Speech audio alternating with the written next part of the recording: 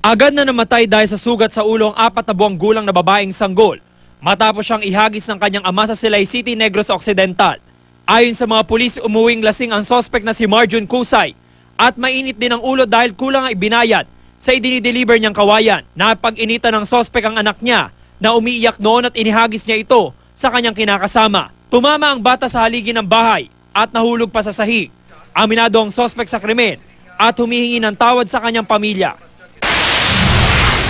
Sa Novaliches, Quezon City pa naaresto ang magkapatid na sospek sa pagpatay sa kanilang tiyuhin sa Ormoc City. May informant na lumapit sa kanila at nagbigay ng impormasyon na itong mga may warrant na sina Dennis Nubal, magkapatid to sila at saka si Marvin Nubal, na nasa cited doon sa Manila, particular sa Novaliches, Quezon City. Taong 2015 nangyari ang krimen na hindi na itinanggi ng magkapatid. Ayon sa kanila, tinangkang tagain ng kanilang tiyuhin si Marvin. Matapos nito, hinamon pa umano sila ng kanilang tiyuhin ng away, kaya binalikan nila ito at pinagbabaril.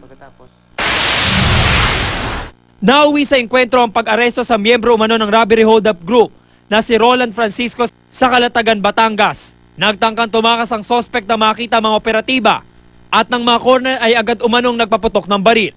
Tinamaan siya ng gumanti ang mga pulis. Nadala pa si Francisco sa ospital pero dineklarang dead on arrival. James Agustin, GMA News.